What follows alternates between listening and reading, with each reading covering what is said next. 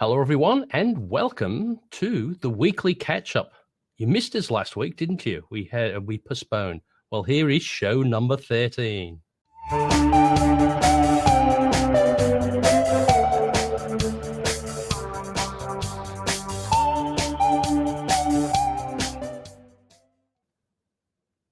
And joining us, as always, is the co-host, is Jeffrey K. Holbrook.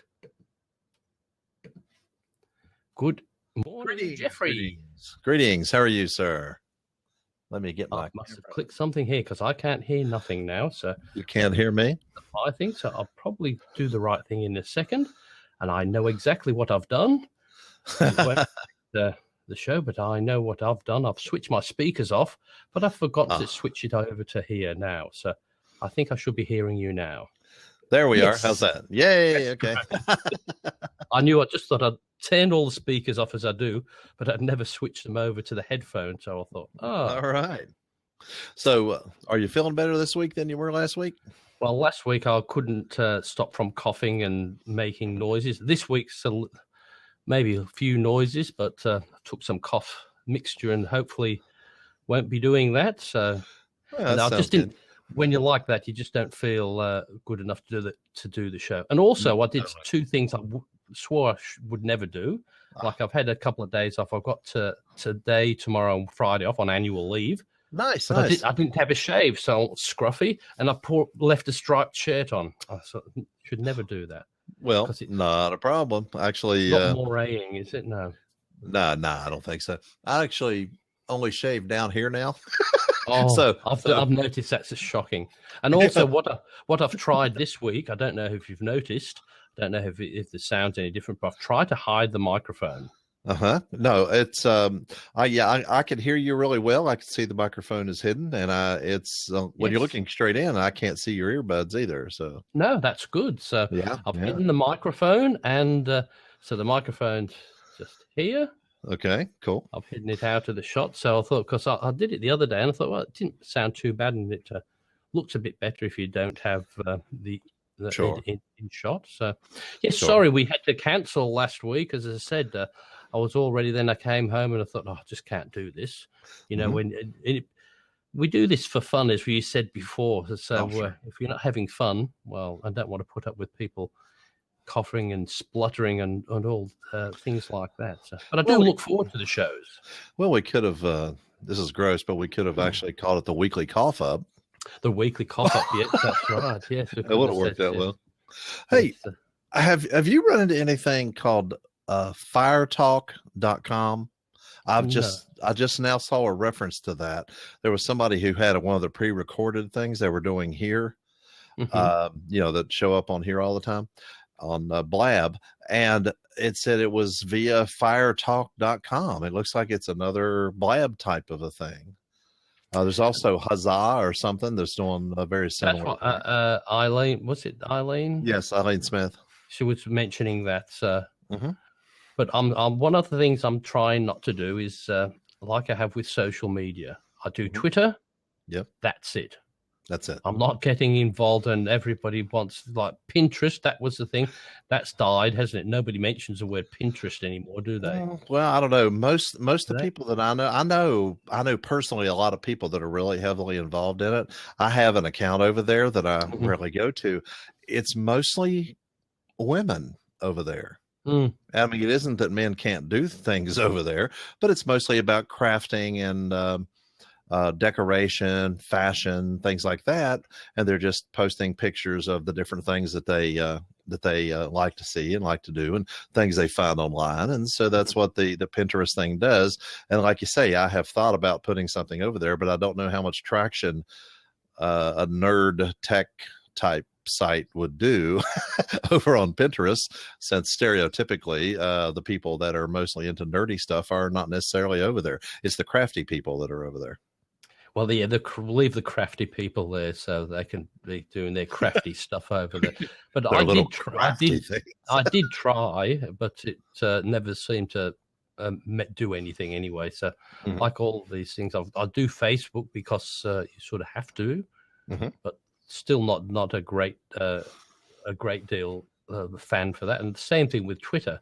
I do Twitter, but I limit myself. I just look in the morning, probably every morning, and maybe at night if I'm on the computer, look what's happening. But by no means, I don't check, when lunchtime all the time, because if you do, you tend to be that's all you do all day. Mm-hmm. No, I have people that I work with, the people that are like half my age. They have their phones with them all the time, and at about 10 times an hour, they're whipping their phone out and typing something in real quick, and then putting it away. Hope nobody saw me. I mean, it's a constant flow of. I'm old enough to where, and I even live out in the country, to where I really enjoy my isolation.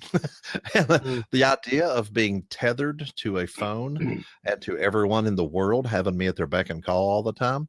Maybe I'm just old and stubborn like this, but I don't want to be that accessible.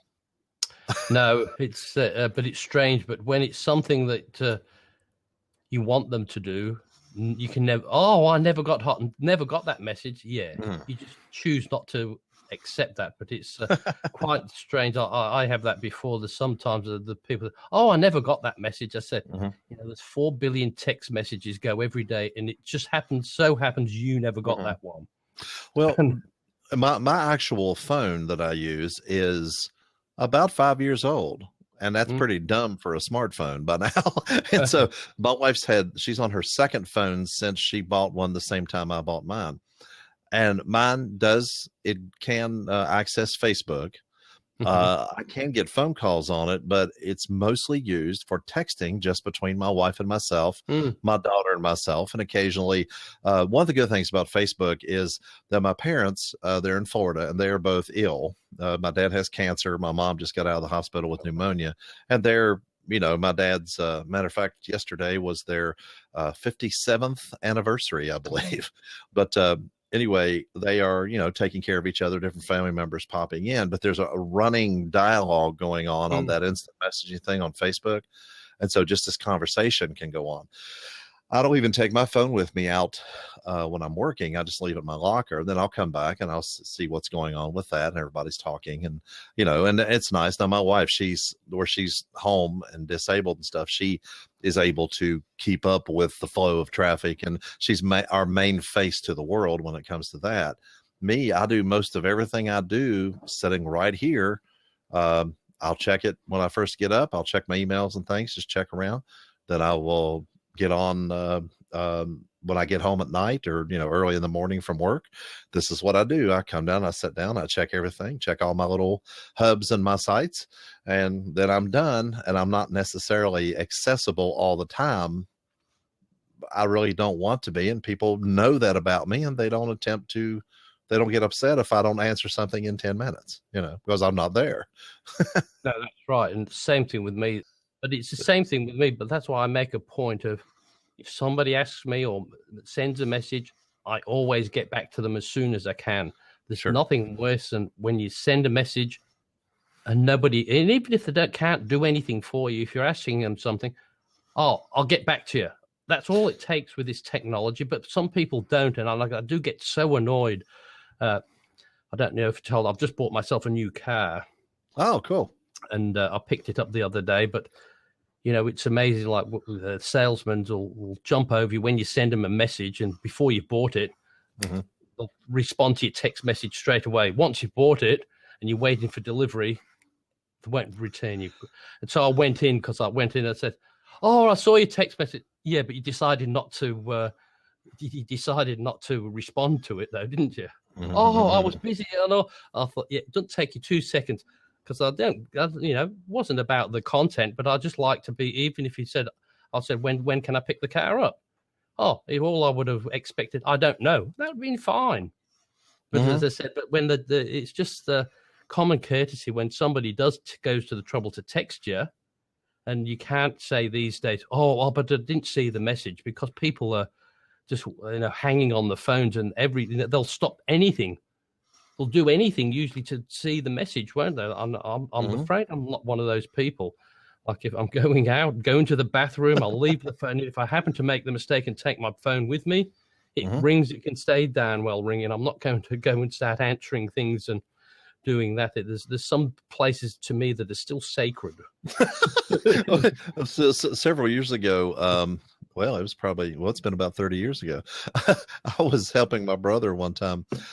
He was installing some old style. This is before all the cell phone stuff was really prominent. He was installing a phone system inside of a recording studio business. And I was helping him do the wiring in the places it was a log cabins where this place was at. And one of the places that they wanted a phone installed was right beside of the toilet. And I'm just, I still to this day, it's 30 years later, I'm just like, I don't think so, but then at work, you'll step into the bathroom and you'll hear somebody talking on the phone in the stall. And it's, I don't know. No, it's just one of those things, it can't, and you've just got to have your own thing. Just do it after, do your bathroom stuff, go out, then, talk on the phone. But I just think people, you just got to give it up. It's just too much, I think. And then people think why life is so hectic. It says it's usually only because people have made it that way themselves. Right. Right. What you have to do is kind of simplify a little bit. But the thing is, though, people who are in their 20s feel like they're losing something. It's the same urgency, I think, that people have when they gamble. Like they're addicted to gambling. It's like, oh, the next time, the next time. Well, that's the same thing that's happening with these messages. They cannot set their phone down for 15 minutes or a half an hour without checking it because they're going to miss something, Well, if you're not there, it'll be there and you can answer it whenever you get back. But I mean, I don't know, it's an addiction, I guess, but the fear that people have if their phone is running out of gas. I mean, I've had people come to me and say, "Oh, do you have a charger?"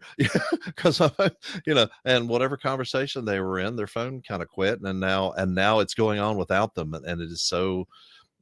I mean, there's so much anxiety attached to that, and it's not like these people are business people. These are just personal messaging. It's not because someone is sick.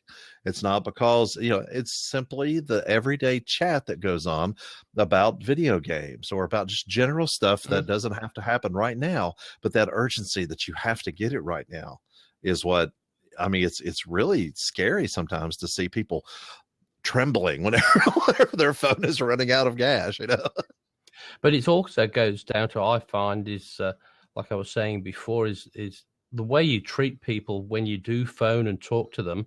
Yes. And a lot of these people, like people who talk to me know if they can't get hold of me, it's either because I'm busy or I can't answer it. But they know I'll call back when I can.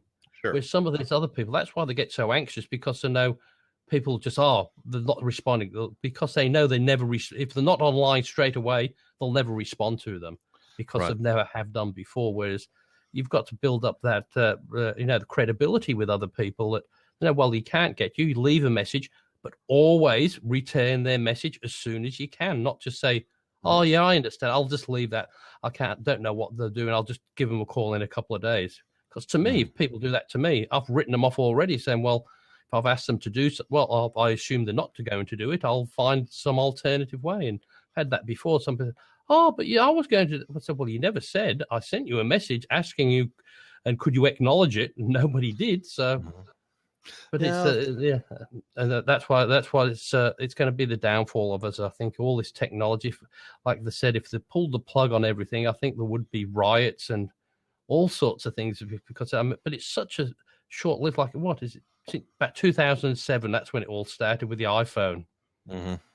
Before then, it wasn't such a problem.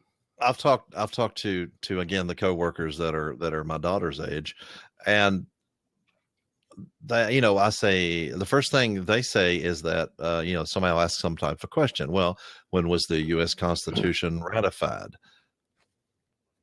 Yep. They're on their phones, and there's another guy that's a couple of years older than me, and he and I work in the department, and then everyone else is in their 20s. And there was something that they asked, and and they all popped up their phones and they just said this, and it was some obscure thing that the average person wouldn't know. And the other guy looked at me and he said, I mean, he was joking, but he said, I almost find that offensive that I spent weeks in the libraries when I was at university, and he was actually a college professor himself. And he said, I spent weeks learning all of this stuff. And I said, but there's one huge difference. He said, what? I said, they have access to the information. You know it. There's a big difference on that. Big difference. Yeah. And also the fact that when I was a little kid, if there was something I needed to know, I would ask my dad or my mom. And then if they didn't know, we would go to and I did actually access the encyclopedias. We had the World Book encyclopedias and everything. And we'd sit down together and do it until I was old enough to where I could actually check the encyclopedias myself. But I actually had conversations with my parents and with my teacher and with our minister, or with people that I thought would know these things, adults that I respected in my life. Now, younger people just access their phones. That is their number one source of interaction of any kind. And so their relationships with parents are not happening. Parents are dumb because they don't know everything that the phone knows. And so it's really breaking things up. The phone is what that is your first relationship, is your phone. And also marketers know that, and if they put out enough content on the net, it becomes fact. And when it's not, right? So somebody says that, it's this, because they got the top search result and they did it in a way so that becomes the truth, even though it's not. Oh, exactly. Yeah, you can manufacture truth. There is no question. And the fact that nobody believes there's any absolute truth anymore. It's all situational ethics. It's all, what's best for me? What is truth for me?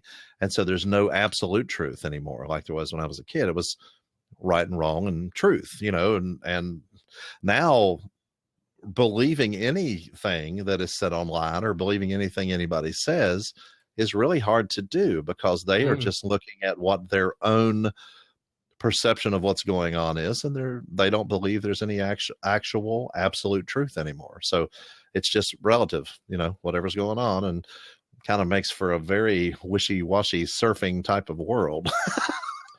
Yes, but I must admit, I've never been one just to sit there and surf. There's got to be a reason. Like, I don't know how these people just, I'll just sit there and surf the internet for an hour. So, well, what?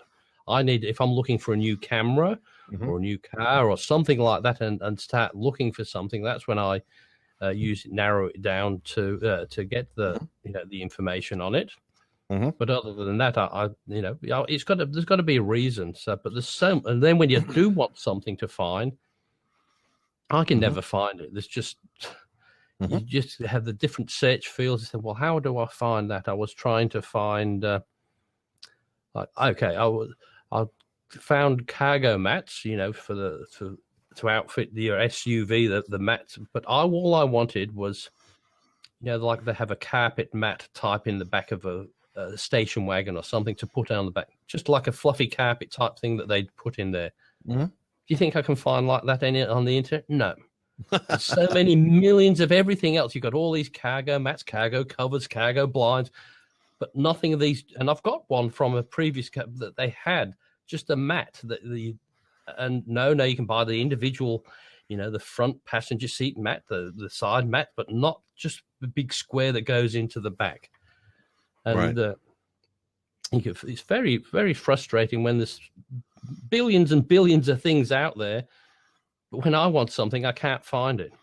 Yeah, the saturation is getting to the point. I guess it's only going to get worse, but it's getting to the point where that one thing that you would like to find, sure, there's a lot available. The only problem is there's a lot available, and so you're in there trying to find your way through it and trying to find exactly what you're looking for. And it's very, very hard to do. It really is.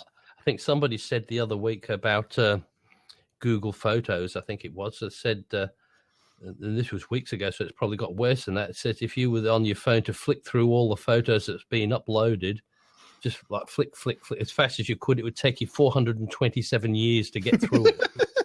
Just going like that.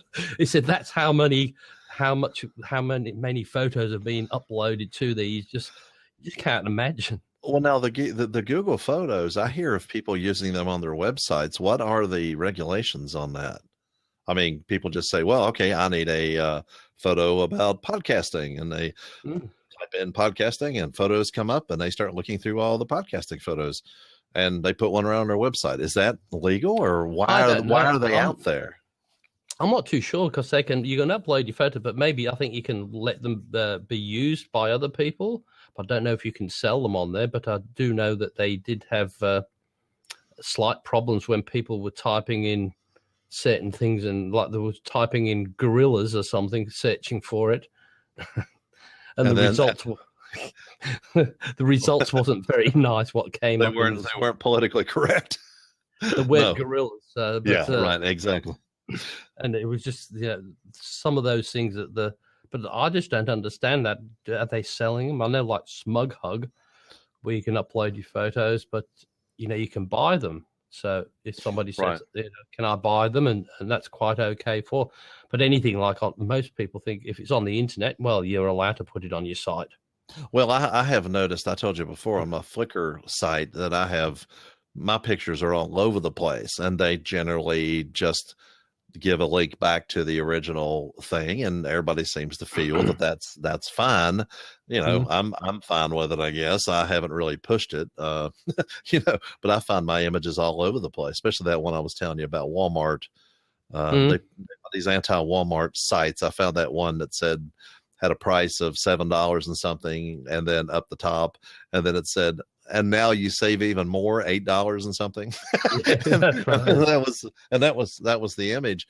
It has been all over the internet, and all these anti-corporate greed sites will put it on their front page, and but then they always have this little link back to my Flickr page. So whatever, it wasn't like I was going to be making a lot of money off of it. I put it up there. So it was quite funny though, where after the other show where we had to listen to your the union speech. Oh yeah, you did the voiceover. I had that on Chrome, and just the other day, for the past 2 weeks, every time I've opened up Chrome, it's the contract. It's been used every time I've done. It made me jump a few times, because every time I started Chrome up, it remembered that site and started playing it again. So wow, so it automatically takes you.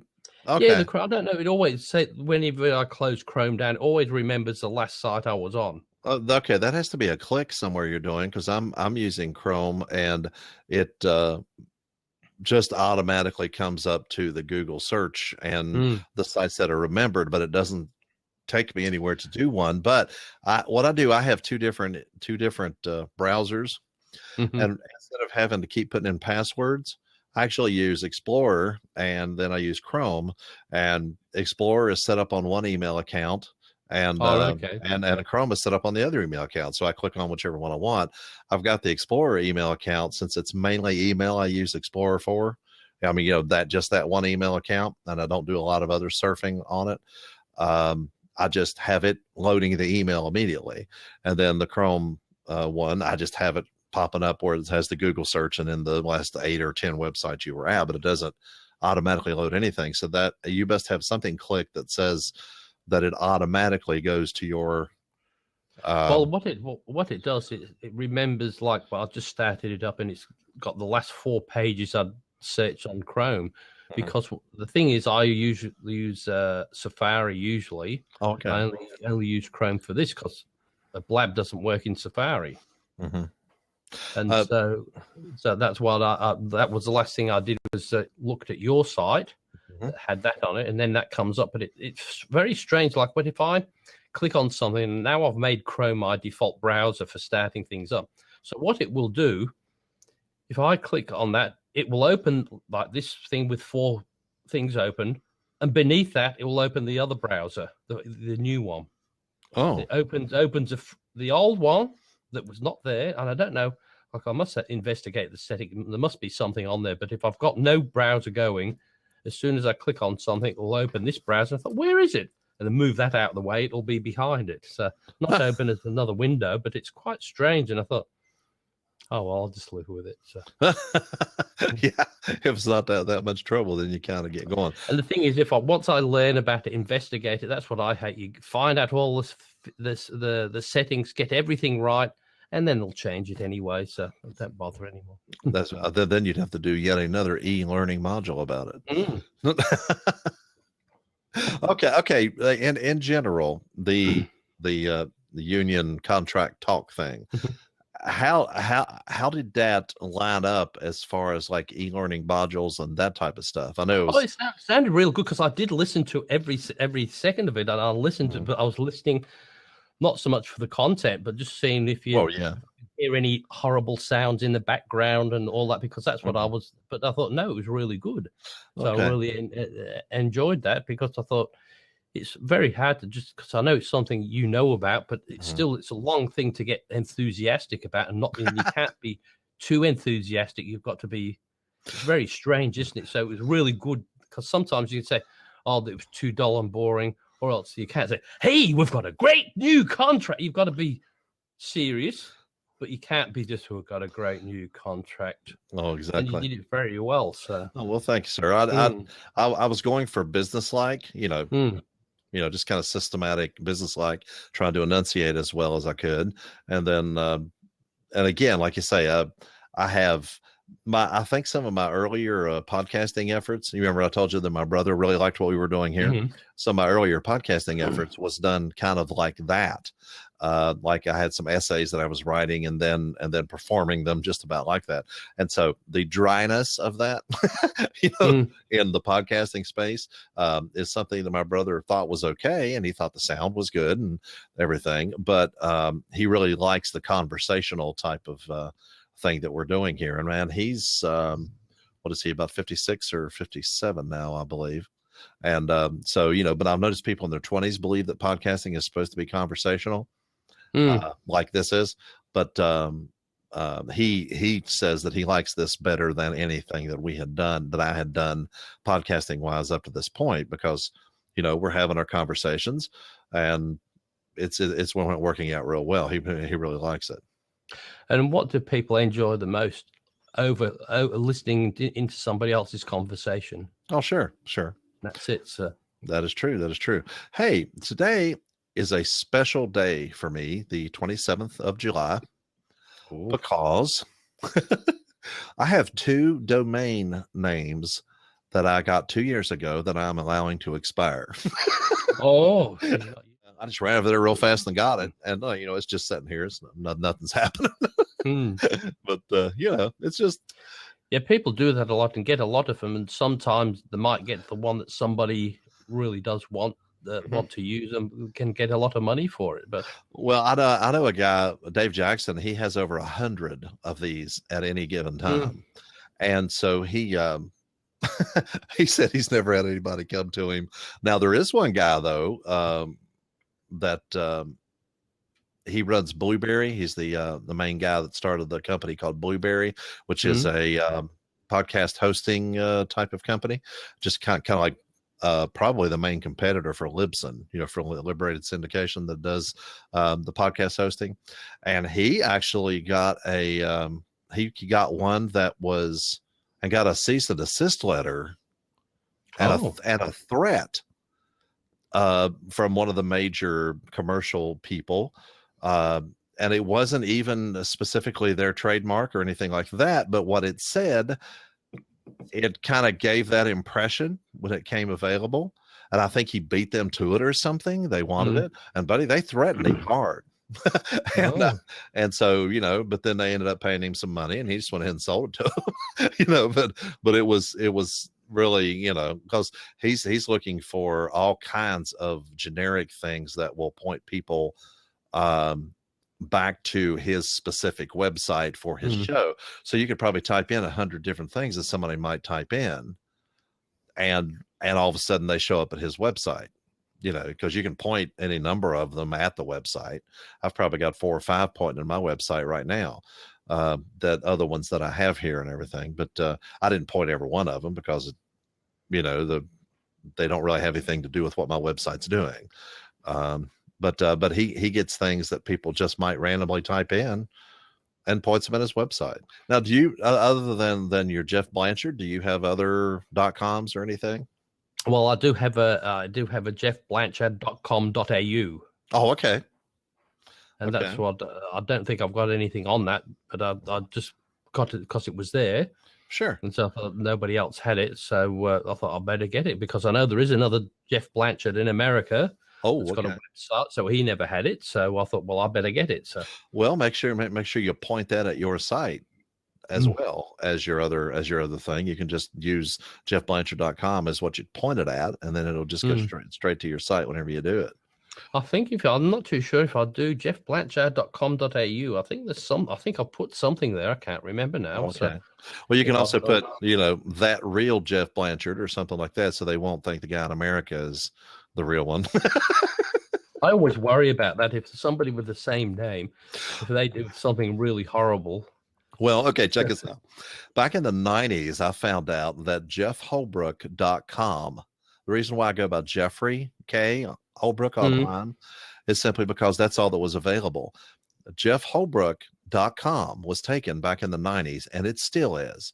And it's taken by a photographer up in Michigan who takes infrared pictures of cemeteries on film. Oh. And so a lot of my friends knew I was into photography. And thought that was you. So they would assume that was me. Yeah. Anyway, so jeffreyholbrook.com was taken. So jeffreykholbrook.com is what I ended up with. And so now I'm Jeffrey K. Holbrook, It's funny you should say that. We had for Tech Down Over, we had a photographer on it. And, Rick said, we've got this fella coming on. This is his name. Mm-hmm. And so what do? You all just jump online to see what he's done. Mm-hmm. And I was quite shocked. I thought, because it says, "Hi, I'm so-and-so," the right name. It says, "It's my photography studios," and all that. But he was a gay porn star. Okay. But was it people taking pictures of him then? No, it was the wrong one. There was another photographer. Exactly. I thought, what have we got this fella on for? This doesn't seem to be the sort of thing because it was the same sort of thing, because it was a photography studio and he was showing people. Now, how do I create my videos? And then I thought, what's this? And I thought, this must be somebody else, but it was exactly the same name. And then I thought, I bet you he gets that all the time, this fella, because this is, because I suppose the number one thing that comes up on the internet first is porn. And then the real people come on. The real people come second on that. So, but it's that just really was funny in that. So, well, the other day I was on Facebook, and of course I have a Facebook thing in my podcast. Every time a podcast comes out, it is actually published with a player to Facebook. They can just click and play it if they want to. And so what they do is I checked on there and I just did a search on Jeff Holbrook, and there's 10 or 15 separate Jeff Holbrooks on Facebook. And I'm like, because on Facebook, it's just Jeff Holbrook. That's an old account. And so it's just kind of like, it was before I tried to get a .com, and there's that many separate Jeff Holbrooks. And some of them just started an account and just never came back. But they can look at it and tell it's not me. One of the things I do on Facebook or on anywhere else, I don't change my profile photo to something particular look or whatever, no matter what it is. All right, but I mean, I have friends who want to honor their parents. Maybe their parents are sick, or maybe their parents die, or something like that. And there'll be somebody, and then their name is Rachel, but then their picture of their father will be on there. And so, I mean, which is, again, I understand honoring people, but with that many Jeff Holbrooks on Facebook, and they all come up when you type in Jeff Holbrook, all of a sudden they can, hey, that's Jeff. I can see him. Yeah. But if you've got your grandfather on there, nobody'd know. Well, they would automatically assume it wasn't me. Me, that's right. So and somebody else said, there was somebody, I forget his name now. Well, I won't say it. But everybody was on about it. Said, well, why don't you update your profile picture? You haven't done it for years and years. And they said, well, no, people know me by that picture, even though it's 15, 20 years old. I don't look like that anymore, but it doesn't matter. People online know me from that picture. Yes. And he changed his picture because everybody was saying about it. And then his contacts dropped off because nobody knew it was him. Right. It was a different person because people change and the way the shot was taken. So he put it back on because it didn't matter whether it was a true representation of him, but that's what people, even if it was a caricature, that they know that that's his profile picture, and it's been around so long they get to know that. So. Well, I mean, that's something you're mentioning. I hadn't really thought about that because it's branding. You know, everybody's talking about branding. I mean, like whatever your presence is online, your name, or again, for you, it's jeffblanchard.com. If somebody went to jeffblanchard.com and your picture wasn't on there like they're used to seeing, and there was other things, they wouldn't be sure if that was you. No, that's right. I mean, but to be able to see you, and people don't trust if they can't see you. No, that's right. There's a certain level of trust that is engendered when they actually see you. Which now you have me thinking that my main website, I need to put my picture up there. You know, because but then again, there's the other school of thought for voiceovers. There's the $64,000 question: should you show the picture of them? Because sometimes people get put off by the way you look. It's got nothing to do with the way you look. And I must admit, these days, you know, like years ago, you used to listen to people on the radio for years and years, but now it's destroyed the illusion, because now you go on the internet, you can usually see them in the radio. Do they look like that? Because you just have this wonderful, lovely voice, and they're not a wonderful, lovely looking person. No, somebody told me the other day that I was probably podcasting because I had a face for radio. Oh, okay. So that was yeah, it was basically like, you don't look good enough to be on television. You better stay on the radio. But even that, it's more so that it's because even if, as long as people have heard and seen you from the beginning, it's not a problem. But if they've never ever seen you, and they just they know you from your voice, they just have that built in, and it just destroys the illusion. No matter whether you're good looking, bad looking, you could be anything. It's just people have, if they've never met you and they just talk to you, they've formed their own picture of what you look like, and you disappoint them because you don't look exactly what they think you look like. Yeah, to me, I think you should have your picture up there up front. I think so too. So that way it's done. If they hear you, they immediately go to your site and they see your picture. Then but what I think is funny is I debated when I was looking, I only had 2 or 3 good face shots of what I have put online on different things that I use on different sites. But I had this one that was on my website that has me wearing one of those English caps. You know?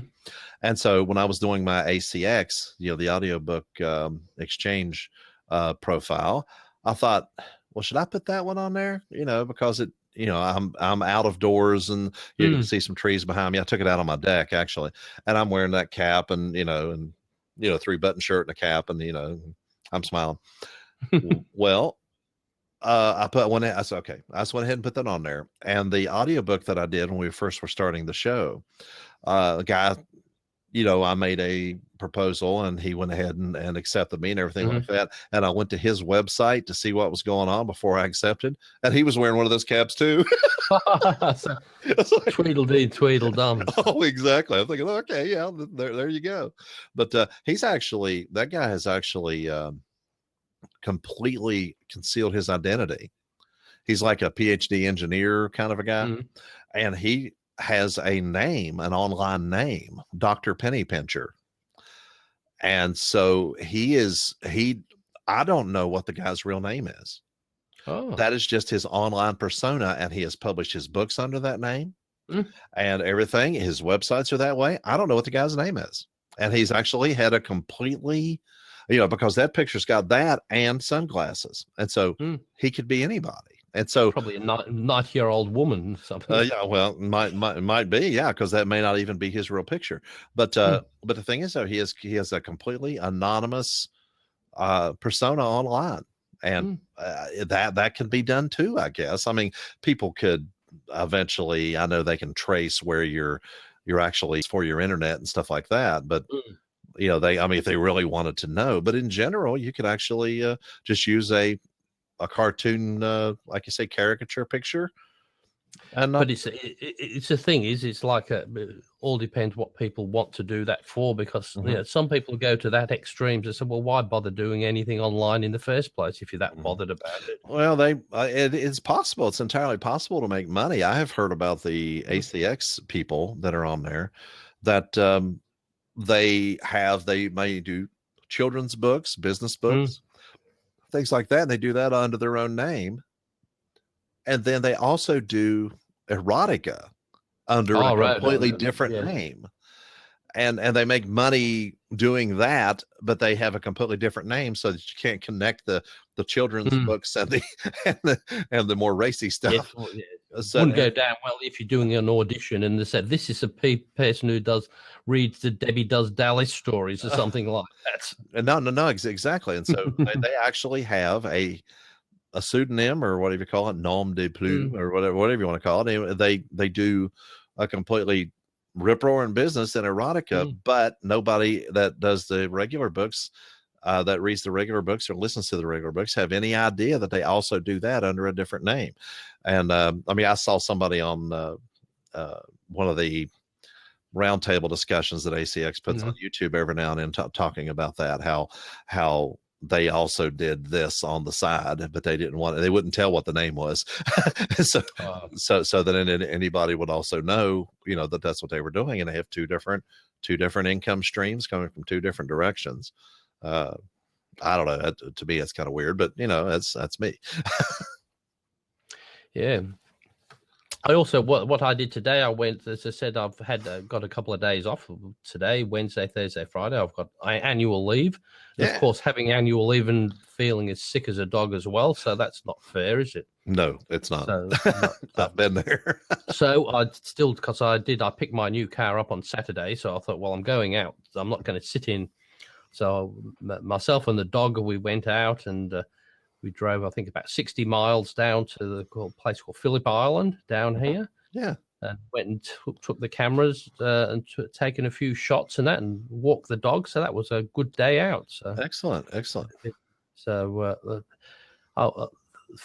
dogs and cameras don't mix. So I didn't take too many pictures because you try to have a camera and the dog, and you on the left. You mean you're holding the leash and it's pulling the camera? Yeah, it's on, and then he moves away, and then because in a lot of places you can't have them off of the leash and all that. So most people don't mind them on the leash, but I thought, oh goodness, you can't do both. I thought I'll try to do the both, but you can't. So okay, here's what you do. I've got an idea for a YouTube channel for you specifically. Okay, just call it Dog Something Videos. And you're videoing, you're not taking images, you're videoing and just knowing that every so often yes, this is going to happen, and it's based on the fact that you have your dog on the leash, and they get whenever they come there, they're used to the idea that that's what's going to be happening. Can you come up with some creative? I did that. Had my little Steadicam trying to figure it out months ago. I had that, and I was and that was and the dog with that, and I thought that doesn't work either. So dogs and cameras and that, I think you've got to, and plus you can't concentrate enough on the photography when you're thinking, where's the dog? Well, another thing about the dog thing, what's the possibility if you could have a leash that has something on the end of it that you could hook onto a nearby tree or fence or something like that, some kind of a hook, and then you could step away. I could do. Then he'd be going, well, for you've left me. Well, for still shots. No, I don't mean walk. Shots would be fine. Yeah. I mean, I don't mean walk a half a mile away, no. But I mean, but he might howl a little bit, but you'll get your shot, and you go back and you pick him back up, and off you go.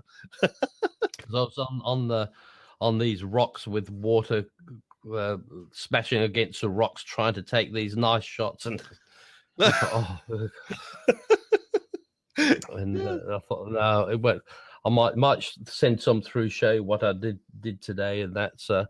but it was also to get some mileage on my car so I could get the first service out of the way. Oh, okay. Because I've only done about 500 kilometers on it now, so that's all it's had. Well, they say you're supposed to do some type of burn-in, whenever you first get a car anyway. So that works out pretty good. We have a car that we bought in 2011, and it's the first time we've ever been able to do this. We traded in this really large truck that we had. See, I have a 50-mile round trip to work. And so 25 one way, 25 coming back home. And so we had this huge truck that I was driving. And so we traded it in on 2 cars, one brand new car and then a used car. So I've been driving the used car back and forth to work and back and forth to work all this time. And it started with 41,000 miles on it. And now it's got like 103 or 105 or something on it. The new car, it was my wife's car. Of course, she's disabled and stays home most of the time. We take it on trips. And when we both go out, we take it. We'll be taking it today. She has a doctor appointment. We'll be taking the new car. It's only got 33,000 miles on it in 5 years. We've never been able to do that before and preserve a car and keep it that way. So whether we actually got through the burn-in period, I'm not really sure. But we like it. It's one of those Kia Soul hamster cars. You remember the kind of commercials? Did you guys get the commercials with the hamsters and those cars? No, we head banging and stuff like that. Well, it's a cute little car, but it's got a lot of room in it. It's really surprised how much room there is in it. There's even a room for a one of those lightweight 30-pound wheelchairs to fit right straight back behind the back seat if you want to. So it's perfect, and we like it really, really well. And my wife always gets upset, not really badly, but she kind of teases me because I get better mileage, miles per gallon than she does. Just for my driving habits, so. Yeah, well, hopefully this one will give me quite a nice fuel economy, but it was more so I've just got the one car now, so the one expense, because there's only one of me, so sure, I don't need another one. So, well, you didn't have something for William to drive?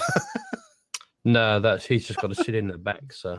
Oh, okay. Was they just? He was frightened to death the first time I put him in the new one because he thought I was getting rid of him. He thought somebody else was going to take him away because he thought that's not mine, because it's this new car.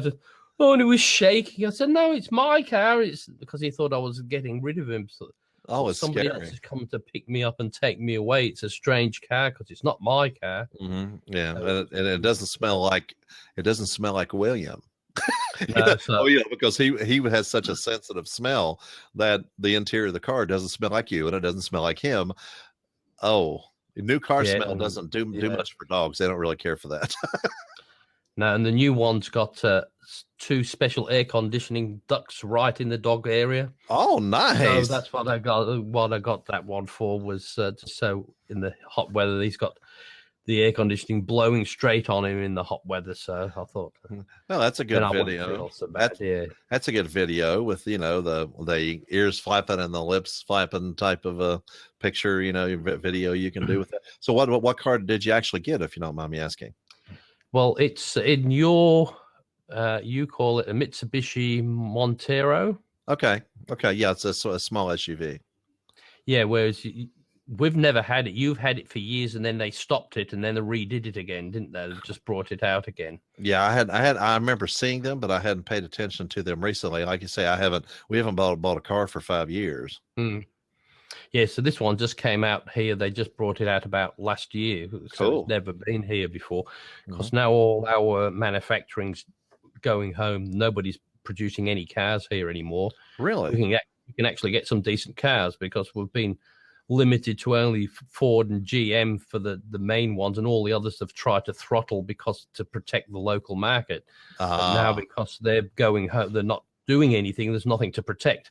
So there's a lot. Mitsubishi are allowed to bring in some of the better models. Where this one's quite good because it's big enough, but it's small enough. It's not too big. Like you said, it's one of your smaller SUVs. But here we don't get the like the Toyota Tucson's, don't you? You've got the Toyota Tucson's here. We don't get that. They're monster trucks for us. We don't get them. Have you seen them? Well, Toyota Tucson. The actual. Yeah, I have seen that. I mean, they're huge. I mean, my truck that I traded in that thing would tow. Goodness, trying to remember, 9,000 pounds it would tow, if I remember right. I mean, this thing was huge, 8-cylinder. I mean, it's a big old truck. I mean, it's huge. You had to jump to get up in it. My wife was having trouble being able to get in the thing because it was just huge. But you could tow a lot with it. I towed a big fifth wheel with it, and I mean, it was just a big, over the back end of the truck type of trailer. And so we have stuff like that all the time because we do have weather up here that does need 4-wheel drive and things like that. Now, do you all have much 4-wheel drive type weather where you're at? Well, we can do, but what main reason I got it as well is because it's got a 3.1 ton towing capacity. Oh, perfect. Okay. And wow, that's nice. For horse floats and that. So because even though I'll still be towing them occasionally, so. But as I said, those ones like you have there, like that big Tucson, you get the occasional Ford, the huge 150s, but they cost about $140,000 if you can find them here. Oh, outrageous considering what they, if you get them in America, you're lucky if you pay $40,000 for them. No, I said they're a little more than they used to be now. I mean, you might have to be up in the 60s and 70s. But the thing is, I mean, and again, I know there's a translation between the American and Australian dollar, but whenever it comes down to it, could that have been partially because if all you could get were Fords and Chevys, then they would just run the prices right up. And that's what our prices are getting better since there's no protection on the market. Because the thing was why they didn't sell very well here, all the locally made ones, is because yes, they tried to push them up in price, and you could get the same thing with the imported one, but the imported one was the same price as a locally made one, but had much more features. Yeah, and I think they killed themselves if they'd made the locally created ones a really attractive bargain to buy. People would have bought them. But I mean, I'm not paying something just to support a locally local made one, paying a $15,000 premium. And not get what you want to, but I decided on that truck when I had to buy tires for it, and this is like you say, huge truck, huge tires, very expensive tires. So what I did, I have a place down below us down here, and I mean I've been dealing with the guy now for 20 years, more than 20 years. Best deals anywhere. He can get anything you need. Sometimes you might have to order it, whatever it is. It's just a little small local thing. Well, I bought 2 tires 1 month because of how expensive they were. And then the following month I went to buy the other 2 tires. I told him to go ahead. I just called him, told him to order them, and then I was going to go down. He knows who I am. And what happened was there was suddenly the week before he ordered the tires, they had suddenly put a tariff, or they had suddenly done something, a protection measure onto the American tires to where the import tires. And so suddenly those tires went up as soon as the American market was then favored over all the foreign imported tires. The tires went up $10 a piece. Oh, yeah, I had to pay $10 more because now we're doing American tires, and they were giving them a favor. I think they raised some kind of a tariff on the imported tires. And so the American tires went up because now they were the favored protected tire. And so now that they can charge more. So now they can charge more. And that's the first thing that happened. It happened like that. So when I bought the second 2 tires, I had to pay another $20 or $25 more because the tires bumped up because of the now we're protecting the American market, So you was buying the American market one, but you got screwed because because the other one, the opposition was a bit dearer, but they could thought, oh, theirs is going to be twice as dear as ours, so we can put up ours a third. Right. People will still be paying cheaper than the opposition one. So exactly. I mean, and it happened overnight. He told me about it. And he said, "I'm sorry." He said, "But no, it's not your fault. You got to pass it on because you're getting charged that." So, I was thinking, well, okay, there you go. Well, I was just hearing somebody talking about LED lights today, and they were just saying about them building in the redundancy in them to make them only last 10,000 hours. Oh, they said because they last much longer than that normally, but they're just trying to figure out how to make them so they don't last so long. People that won't be buying them as much. I have a second story light here on the house. It's up on the second story roof line, and I put one of those compact fluorescent type lights in it. 6 years ago, Hmm. and I never turn it off. And it has been burning, and I have not had to get the ladder up and go up on the second floor, on that second floor eve up there for, again, 6 years or so. And it's been burning. I never turn it off. I just leave it on. It stays on during the day and during the night and everything. And I figured a long time ago, especially since it's an older technology now, I figured it would have burned out a long time ago. No, but the older ones, they didn't know about. They made them to last. Yeah, they're just keeping on going. And I haven't had. I have a 2-story ladder that I can use, but I have not had to get it out and climb. I was climbing up there 3 or 4 times a year.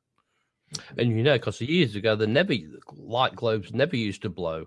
Right. Well, now you're lucky if they last you 6 months at a time. Most of them. Right. The regular incandescent lights, I was going up at least 3 times a year to replace these, and that's when I was turning them on and off, to try to save them.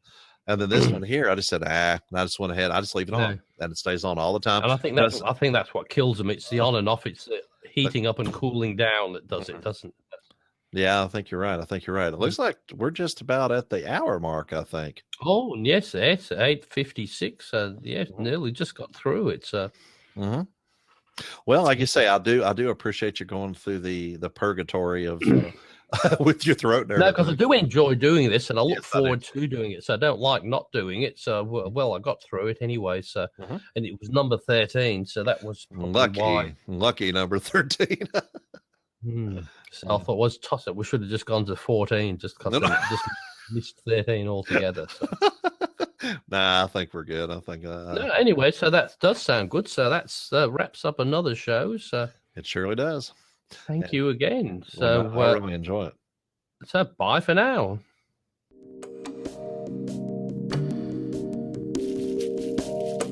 Yeah.